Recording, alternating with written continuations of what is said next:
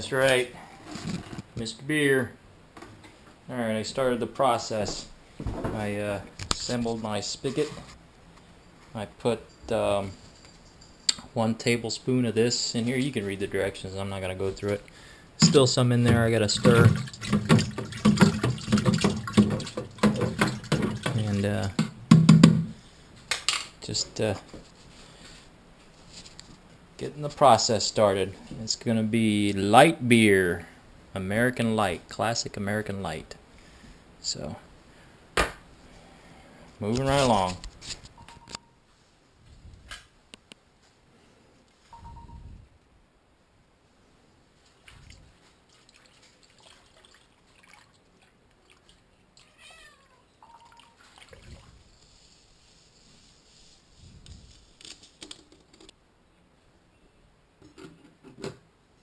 Alright, moment of truth. I've had this in here for, let's see, 22 weeks.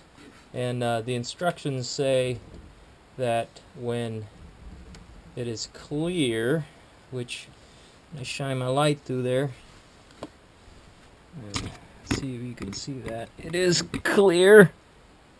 They said that it's not murky. They said there might be a few colonies of yeast on top, but not many. And that now I should taste it.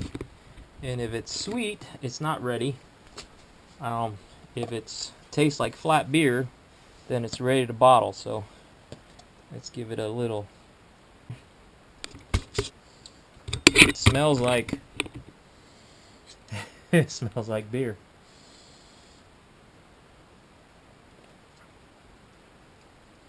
Yep, tastes like flat beer. It tastes pretty good so far.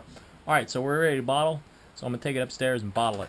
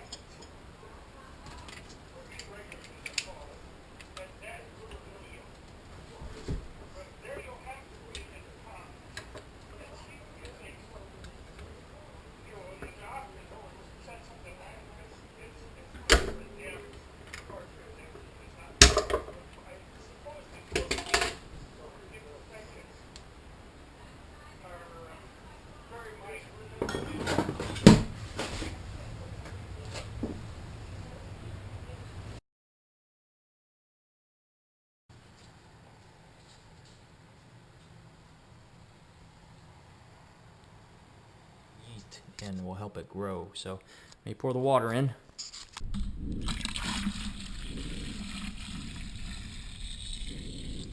What I'll do is I'll add the yeast packet, and you just sprinkle it on there. They said you don't really have to mix it. Just kind of sprinkle it. Sprinkly, sprinkly, sprinkly, sprinkly. And let it go. And there it sits for about 3 weeks in the salty bunker. Got my safe here. And here's that other Mr. Beer 2-gallon keg. I've got this stuff in here. No, wait. I already brewed this stuff. That's what I'm drinking now. And I believe, oh, Irish Stout. That's what's in there. I got Irish Stout in there. And I got whatever that stuff, porter, in there. So this will be a long-term video, and I'll crack it open when it's ready to bottle. And after I bottle it and let it fizz up, I will record that, and then when it's ready to drink, I'll record that and string it all together. So through the magic of video editing, here's the next step.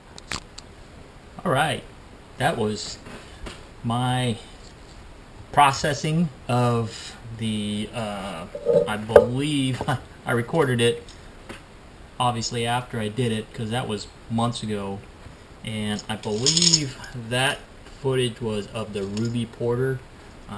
Because of the magic of editing, I don't remember. I'll splice that video in before this video after I record this video. But I believe it was a Ruby Porter, and of course Mr. Beer, I can't remember, DIY Beer is another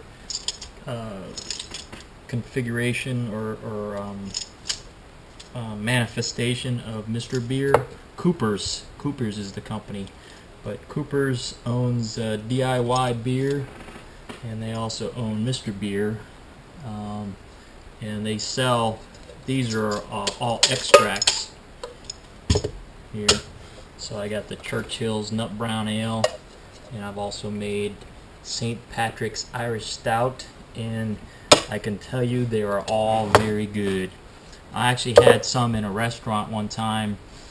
It was some kind of stout, and when they brought it to the table and I took the first sip, and I was like, man, this tastes exactly like the stuff I make, except that stuff was like $5 a glass, right?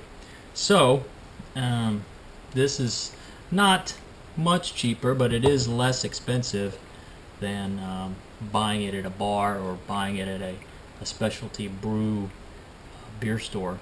But anyway, all I can tell you is whatever I made in that previous video. Again, I believe it was the Ruby Porter. It was excellent. So this video is a continuation of that beer making video, and when I made the video of the cheese that wouldn't melt, one of the viewers suggested that I put raisin tea in it, and so that's what I did. So this I've already had some sample of this the latest batch that I made with the raisin tea. I didn't video that, but if you can imagine just grinding up boiling some raisins, grinding that up, filtering it out, and then putting that in with the extract is the only different part of the process of what the video that you saw of me making the Irish Stout, or the Ruby Red, whatever it was. And so enough yapping for Mr. Holster.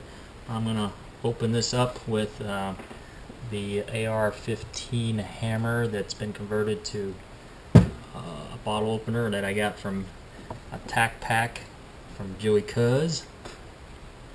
Here we go. I believe we put it on there, and you just pull this like a soap. Yeah, and you can tell that it is my home brew because there's nothing on the cap, and the bottle has no label.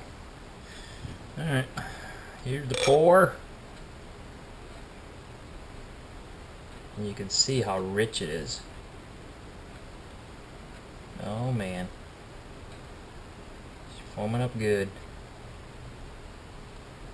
This particular batch has been sitting for about 3 weeks since I bottled it. In fact, I got some right now that I bottled, so I'm gonna wait for this to go down and splice you back in. Alright, 3, 2, 1. Okay.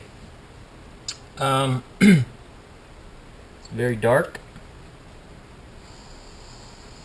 and the initial whiff smell of it, I don't smell too much of the raisin. It is a little yeasty because it's non-filtered, and the homebrew, unless you really want to, unless you have equipment to add carbonization after filtering, it's all naturally carbonated with sugar after after initial fermentation. Then you have secondary fermentation because you put sugar in it in the bottles. I don't think I have any footage of me bottling it, but it's pretty boring. You can find it on the internet. But anyway, here you go. Cheers, Mr. Holster.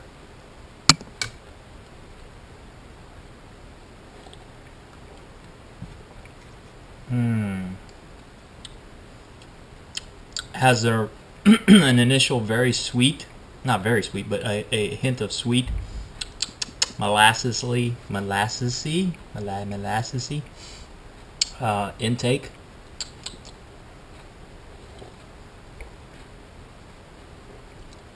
Very smooth, very smooth. A little bit of a sour, bitter aftertaste, but it's good. It's good.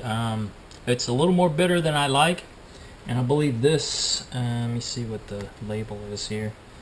It is nut brown ale with raisins, so that would be this stuff here, Churchill's nut brown ale. And what the raisin does, it gives it a little bit extra body and color, and it adds with primary fermentation, so it raises the alcohol content a little bit. Now I have a hydrometer that I measured the specific gravity before and after, and I don't know if I'm doing it right or if you have to keep measuring it or whatever, but I just followed the recipe as Mr. Beer instructions tell me, and I bottled it between 3 and 4 weeks of initial brewing, and it comes, I don't know, I must be calculating it wrong, but if I calculate it one way, it's like 3.5%, which doesn't seem right, because it does have a little, I mean, you can taste the alcohol. Oh, it gets better with every swallow. And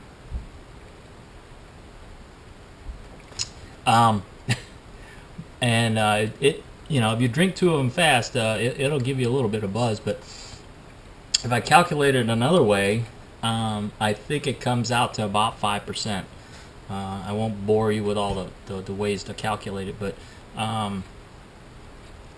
you have to take the reading initially, and you have to take a reading after, you know, after everything's done, secondary fermentation and all that. So I'm going to go with about 5%. So it's not spectacularly high in alcohol content, but it does taste very good.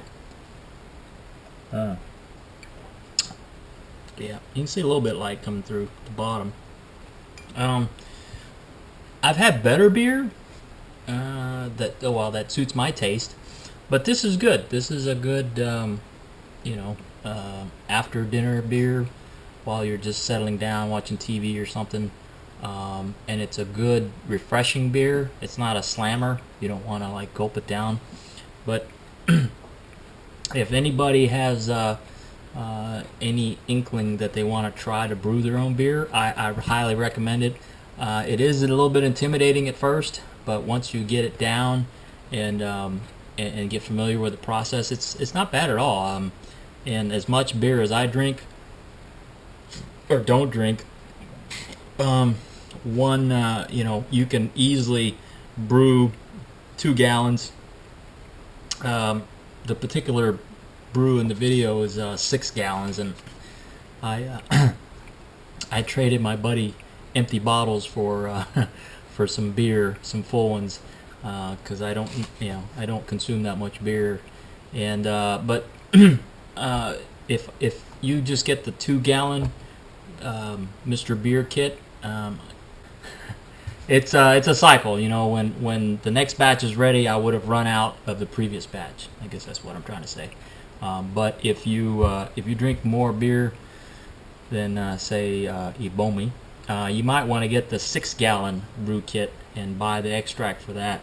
And the extract comes in this size. This is a 2-gallon extract. This is also for 2 gallons, but it's not that much more. So this probably has a little bit more alcohol content, but this is for the 6-gallon extract. And they also recommend you buy what they call flavor enhancer, which is I believe it like malt is what all it is. But anyway, cheers and happy brewing.